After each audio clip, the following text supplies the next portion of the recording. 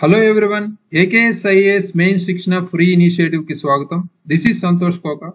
ఈ రోజు మనం క్వశ్చన్స్ పాలిటీ సంబంధించి మనం తీసుకుంటున్నాం. Question for 10th August 2024. Analyze the effectiveness of the anti-defection law in preventing political defections. Should the law be amended to address current political realities?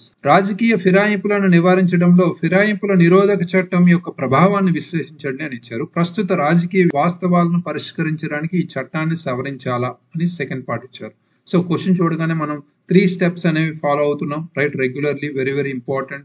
ఈ తక్కువ టైంలో మనం ఆన్సర్ రాసే విధానం అనేది దీంతో ఫాలో అవుతున్నాం. ఫస్ట్ స్టెప్, క్వశ్చన్ రీడింగ్ లో మనం 1 నిమిషం మనం వెచ్చించి ఇక్కడ ఎన్ని పార్ట్స్ ఉన్నాయి, క్వశ్చన్ ట్యాగ్స్ ఏంటి, కీవర్డ్స్ ఏంటి అనే దాని మీద మనం కొనసాగించాలి, రైట్? యాంటీ డిఫెక్షన్ లా అంటే ఫిరాయింపుల నిరోధక చట్టం అనేది ఇక్కడ టాపిక్ గా మనం తీసుకుంటున్నాం. Very very important. రీసెంట్ గా కూడా మనం న్యూస్ లో చూసాం, కరెంట్ అఫైర్స్ పరంగా కంపల్సరీ ఇచ్చే క్వశ్చన్, రైట్? 2 parts లో ఈ క్వశ్చన్ అనేది ఉంది. ఫస్ట్ మనకి ఈ ఫిరాయింపులు నివారించడంలో ప్రభావం ఏంటి, ఈ చట్టం యొక్క ప్రభావం ఏంటి విశ్లేషించమని, ప్రస్తుత రాజకీయ వాస్తవాలను పరిష్కరించడంలో ఈ చట్టాన్ని సవరించాలా అనేది సెకండ్ పార్ట్ లో అడిగారు, రైట్?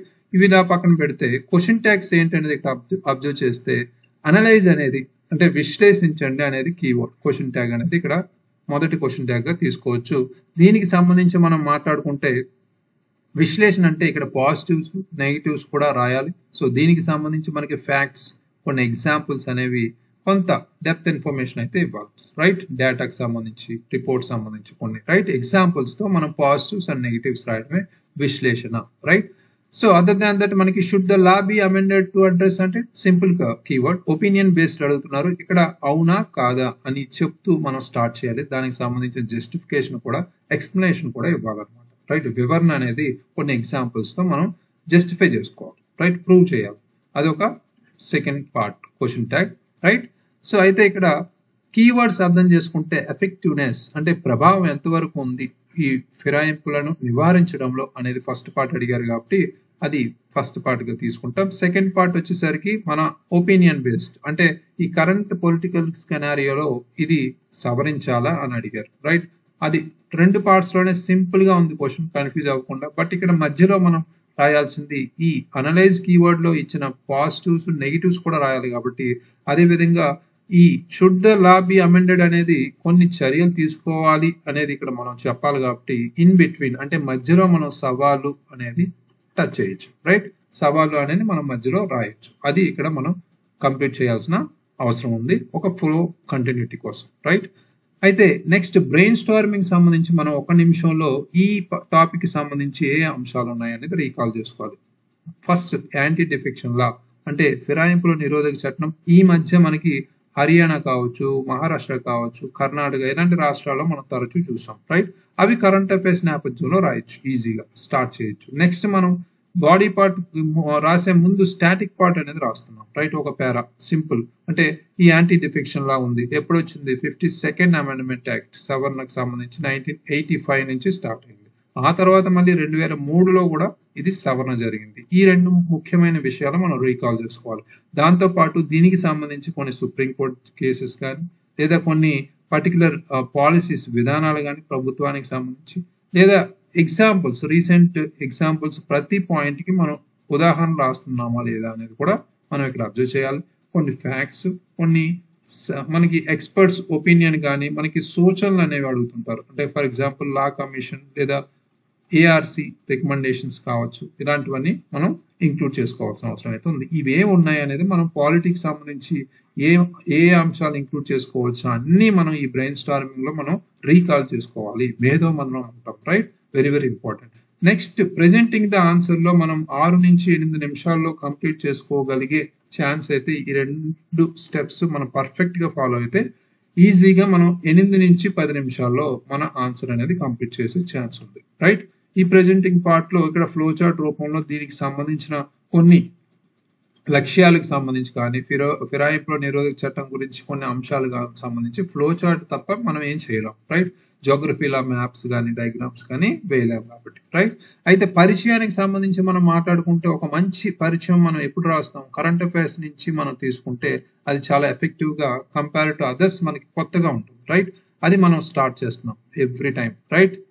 కరెంట్ అఫైర్స్ ఇంట్రడక్షన్ లో భాగంగా ఇక్కడ మనం ఏం రాయొచ్చు, ముఖ్యంగా రీసెంట్ గా మనం చూసుకుంటే కొన్ని రాష్ట్రాల్లో ఈ చట్టం మనం న్యూస్ లో వచ్చింది కాబట్టి 2022 మహారాష్ట్రలో మనం చూసుకుంటే రీసెంట్ గా ఈ పార్టీ మార్పుల కారణంగా రాజకీయ సంక్షోభం అనేది మనం చూసి ఆ ప్రభుత్వం కూలిపోయింది, కుప్పకూలింది అనేది కూడా మనం చూసాం. ఇది ఫిరాయింపుల నిరోధక చట్టం పరిమితులను కూడా సూచించింది అనేది కూడా మనకు తెలిసింది, రైట్. ఇది మనం రాస్తూ నెక్స్ట్ క్లుప్త వివరణగా మనం ఈ చట్టం గురించి ఇక్కడే మనం ఇందాక చెప్తున్నట్టు ఈ 52 సవరణ ఏదైతే ఉందో 52వ సవరణ, అదేవిధంగా 2003లో లాస్ట్ టైం మనకి చివరిసారిగా సవరణ కూడా చేశారని చెప్తాం. అదేవిధంగా దీంట్లో కొన్ని అంశాలు అంటే ఈ చట్టం సభ్యులు స్వచ్ఛందంగా తమ పార్టీ సభ్యత్వాన్ని విడిచిపెడితే లేదా పార్టీ ఆదేశాలకు వ్యతిరేకంగా ఓటు వేసినా ఈ అనర్హతకైతే గురవుతారు అనేది కూడా మనం కొన్ని సూచనలు కొన్ని అంశాలు మనం రాస్తాం.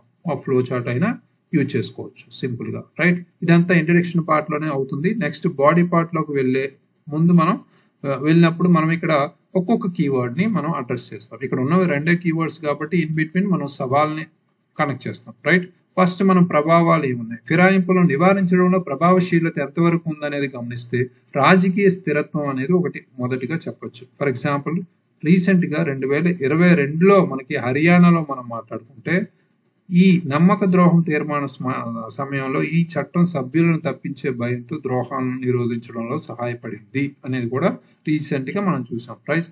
అంటే పొలిటికల్ స్టెబిలిటీ, రాజకీయ స్థిరత్వాన్ని ముందుకు తీసుకెళ్ళడానికి ఇది కొంత ప్రభావం చూపించింది అని చెప్పొచ్చు. నెక్స్ట్ అవకాశవాద ప్రవర్తనను అరికట్టడం, అంటే అవకాశవాదం ఒక పార్టీ నుంచి ఇంకో పార్టీకి మార్పు అనేది ఇక్కడ నివారించే చర్యలు అయితే ఇందులో ఉన్నాయనేది చెప్తున్నారు. అంటే సభ్యులు కొంతమంది ద్రోహం చేసి అనర్హులను ప్రకటించడంతో తమ స్వలాభం కోసం పార్టీ మార్చే ప్రవర్తనను నివారించడంలో కూడా ఈ చట్టం పనిచేస్తుంది, రైట్. ఫర్ ఎగ్జాంపుల్ 1990లలోనే మనకి ఈ రాజకీయాలలో ఆయారాం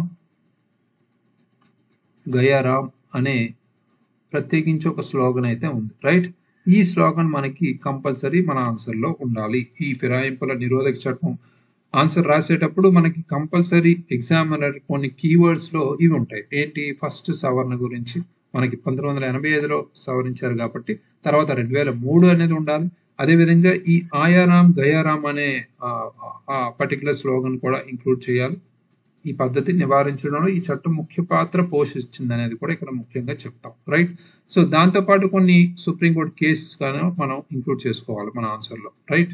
సో అదే భాగంగా మనం ఇక్కడ ముఖ్యంగా అర్థం చేసుకోవాల్సింది నెక్స్ట్ సవాళ్ళు కూడా రాయాలి. అంటే ఇక్కడ 2 పార్ట్స్ లో మొదటి పార్ట్ సెకండ్ పార్ట్ లో ఉన్న మన క్వశ్చన్ లో కనెక్టివిటీ పాయింట్ గా మనం ఇక్కడ తీర్మానాల్లో జాప్యంతో మనం సవాళ్ళుగా ఇక్కడ రాస్తాం. అనర్హతపై నిర్ణయం తీసుకునే స్పీకర్ చాలా ఆలస్యం చేస్తున్నారు కొన్ని పరిస్థితుల్లో, రైట్. కొన్ని స్టేట్స్ లో రాజకీయ సంక్షోభాన్ని మరింత పెంచుతున్నారు. సో అదొక major important point. For example 2019లో కర్ణాటక గురించి మనం మాట్లాడచ్చు, రైట్. ఇక్కడ సింపుల్ గా తిరుగుబాటు చేసిన ఎమ్మెల్యేల అనర్హతపై స్పీకర్ నిర్ణయం తీసుకోవడానికి చాలా సమయం తీసుకున్నందున సంక్షోభం మరింత పెరిగింది ఇక్కడ, అది కూడా ఇంపార్టెంట్. నెక్స్ట్ పక్షపాతం మరియు రాజకీయ తారుమారు కూడా ఇక్కడ జరిగింది, వెరీ వెరీ ఇంపార్టెంట్. అంటే అనర్హతను నిర్ణయించడంలో స్పీకర్ పాత్ర తరచూ పక్షపాతంతో నిన్నుందనేది కూడా కొంతమంది ఈజీగా కనిపెట్టారు. సో ఆ ఆరోపణలు వస్తుంటాయి కాబట్టి ఈ నిర్ణయాలు తీసుకుంటున్నారు, ఆరోపణలు కూడా వచ్చాయి, రైట్. అది కూడా ఇక్కడ రీసెంట్ గా మనం చూసుకుంటే వివిధ రాష్ట్రాల్లో పక్షపాతం ఆరోపణలు తరచుగా వస్తున్నాయి. ఇది స్పీకర్ కార్యాలయం నుండి ఆశించే నిష్పక్షపాతాన్ని దెబ్బతీస్తుంది అనేది కూడా మనం చెప్పుకోవాలి. అంటే స్పీకర్ ఆఫీస్ కి సంబంధించి మనం ఇక్కడ మాట్లాడాలి, వెరీ వెరీ ఇంపార్టెంట్ టాపిక్.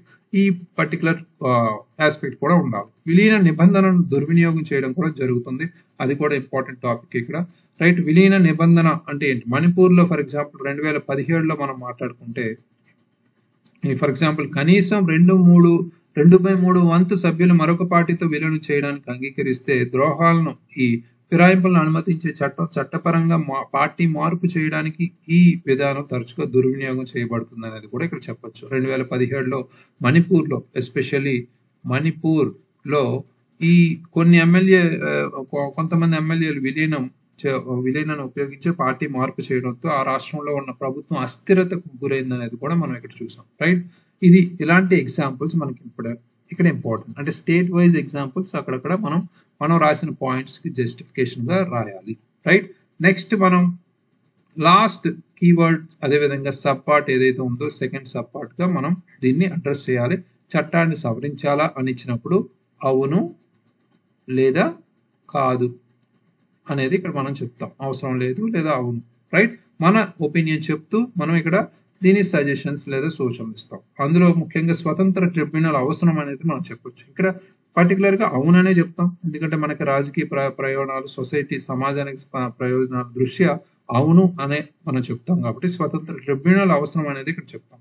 ఉదాహరణ భారత న్యాయ కమిషన్ ఏదైతే ఉందో, law commission of India already మనకి సూచనలు ఇచ్చింది. ఈ మార్పు ఇది పక్షపాతం మరియు రాజకీయ ప్రభావాన్ని పరిష్కరించడానికి ఉపయోగపడుతుందనే సూచన కూడా ఇచ్చింది, రైట్? స్వతంత్ర ట్రిబ్యునల్ అవసరం అని. నెక్స్ట్ విలీన నిబంధన ఏదైతే ఉందో దాన్ని పునఃసమీక్షించాలి, పునఃపరిశీలించాలనేది కూడా చెప్పారు, రైట్?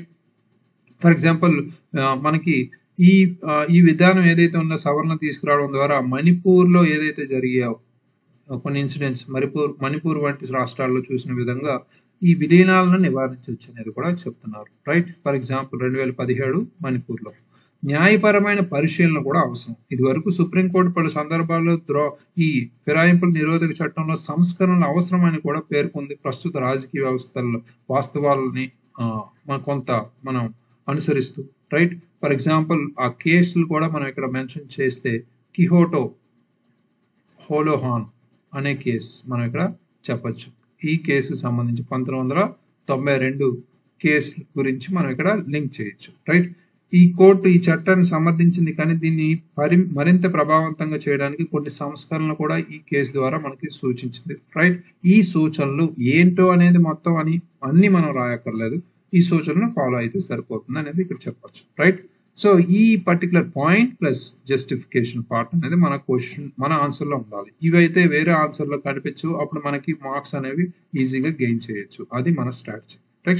నెక్స్ట్ ఫైనల్లీ మనం ముగింపులో 1.5 భవిష్యత్తును ఉద్దేశించి ఈ ముగింపు అయితే రాస్తాం. సంస్కరించబడిన అంటే పైన చెప్పిన కొన్ని చర్యలు ఏవైతే ఉన్నాయో వాటిని ఫాలో అయితే సంస్కరించబడిన ఫిరాయింపుల నిరోధక చట్టం ప్రజాస్వామ్య ప్రక్రియను గౌరవిస్తూ మరింత బలమైన ప్రజాస్వామ్యానికి దోహదం చేస్తూ ప్రభుత్వాలని స్థిరీకరించడానికి సహాయపడుతుందని రాసి ముగిస్తాం సింపుల్ గా, రైట్? ఇది మేజర్ గా ఈ పర్టికులర్ క్వశ్చన్ పర్ఫెక్ట్ స్ట్రక్చర్ అయితే ఇది.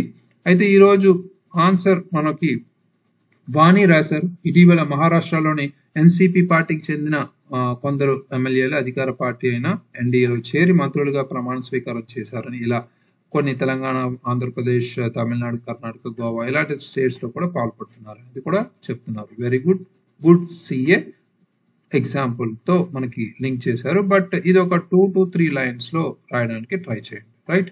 సో నెక్స్ట్ నేపథ్యం అనేది ఇక్కడ చెప్తున్నారు. నేపథ్యం లేదా పరిచయం ఇలా హెడ్డింగ్స్ అయితే అవసరం లేదు, నో ప్రాబ్లం. రాజకీయ నాయకులు ఒక పార్టీ నుండి వేరొక పార్టీకి, ఇక్కడ మనకి 1970 నుంచి 75 మధ్య ఈ కొన్ని పార్టీలు మారుతుండడంతో మనకి 1985లో ఈ చట్టం వచ్చింది అనేది కూడా చెప్పారు. 10వ షెడ్యూల్ ద్వారా ఇది కూడా మనకి ఇంపార్టెంట్ ఆర్టికల్స్, షెడ్యూల్స్ అనేవి, రైట్? నెక్స్ట్ మనకి దీని యొక్క ప్రభావం సంబంధించి మనం మాట్లాడుకుంటే అస్థిరత నివారించడంలో ఉపయోగపడింది అనేది ఒక పాయింట్ గా చెప్పారు. నెక్స్ట్ స్థిరమైన రాజకీయ వాతావరణం కూడా దీనివల్ల కలిగింది, అంటే వ్యక్తిగత ప్రయోజనాలకు పార్టీలు మారకుండా మరింత స్థిరమైన రాజకీయ వాతావరణాన్ని కూడా ప్రోత్సహించింది అనేది కూడా చెప్పారు ఒక పాయింట్ లో.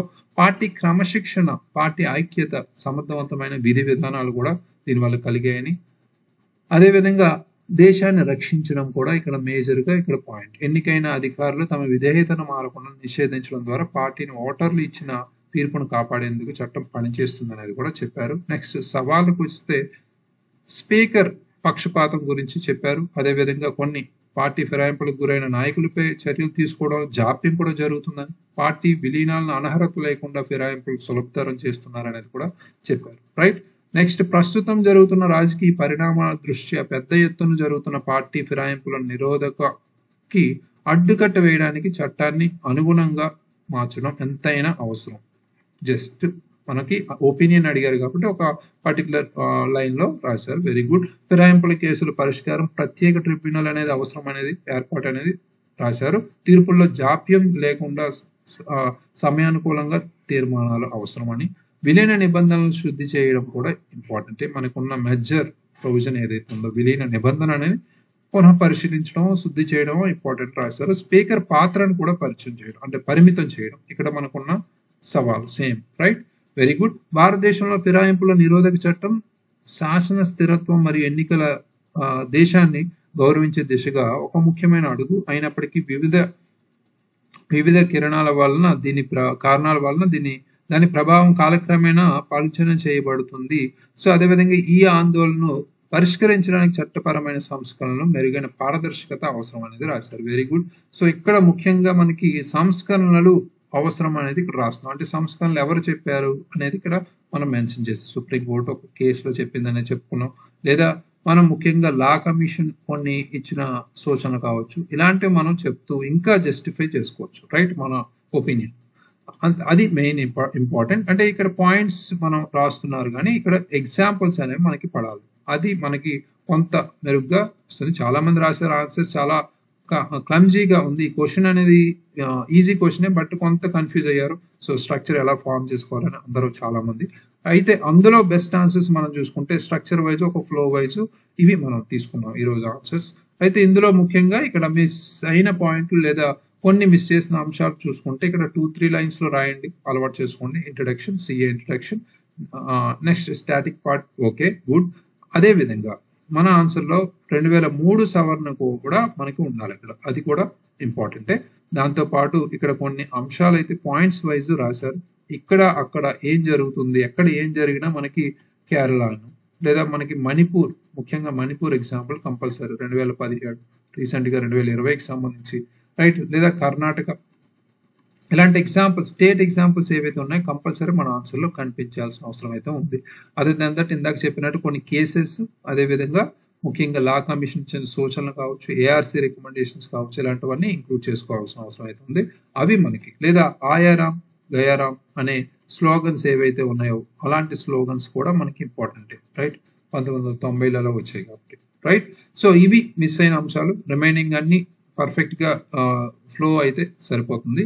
రైట్, ఇక్కడ అక్కడ మిస్ అయిన, అంటే పాలిటీ ఆన్సర్ మన హిస్టరీ ఆన్సర్స్ లా రాస్తే సరిపోదు. పాలిటీలో మనం ఇంకా ముందు మనకి కొన్ని సజెషన్స్ కావచ్చు, సూచనలు కావచ్చు, ఆర్టికల్స్ కావచ్చు, ఏవి వీలైతే, అందుకనే బ్రెయిన్ స్టార్మింగ్ చాలా బాగా ఉపయోగపడుతుంది మనకి ఇలాంటివి మనం ఓవర్కమ్ చేయడానికి. బ్రెయిన్ స్టార్మింగ్ మనల్ని ఒక పదునుగా తీసుకెళ్తుంది ఆన్సర్ రైటింగ్ కి. సో డైలీ మనం ఎందుకు 3 స్టెప్స్ అని చెప్పుకుంటున్నామో ఎందుకే. First 2 minutes is very very important for writing our answer. అది మనం కీలకంగా యూజ్ చేసుకోవాలి. అందులో బ్రెయిన్ స్టార్మ్ చేసేటప్పుడు ఈ పర్టికులర్ టాపిక్ కి ఏవే ఉన్నాయో రీకాల్ చేసుకోవడం అలవాటు చేసుకోగా మీరు ఆన్సర్ రైటింగ్ ఎగ్జామినేషన్ లో ఆన్సర్ రాసేటప్పుడు చాలా మనకి యూజ్ అవుతుంది. అంటే ఒకేసారి 15 క్వశ్చన్స్ రాసేటప్పుడు ఎంత ఎఫెక్టివ్ గా మనం రాయగలము అనేది ఈ ఎక్సర్సైజ్ అప్పుడు మీకు రియల్ గా ఉపయోగపడుతుంది. రైట్, అప్పుడు మీకు తెలుస్తుంది ఈ ఆన్సర్ రైటింగ్ డైలీ మనం ఎందుకు చేస్తున్నాం అనేది. రైట్, ఓకే, అలా ఫాలో అవ్వండి. పాలిటిక్స్ సంబంధించి మన స్కెడ్యూల్స్ కావచ్చు, ఆర్టికల్స్, కేసెస్, సుప్రీంకోర్టు రికమెండేషన్స్, ఏదైనా రిపోర్ట్స్, నివేదికలు, సూచికలు, ఎక్స్పర్ట్స్ ఒపీనియన్స్, ఇవన్నీ మనం ఇంపార్టెంట్. రైట్, సో దీనికి ఓవరాల్ గా మనకి 5 out of 10 మార్క్స్ అయితే ఇస్తున్నాం. Very very good. So well try.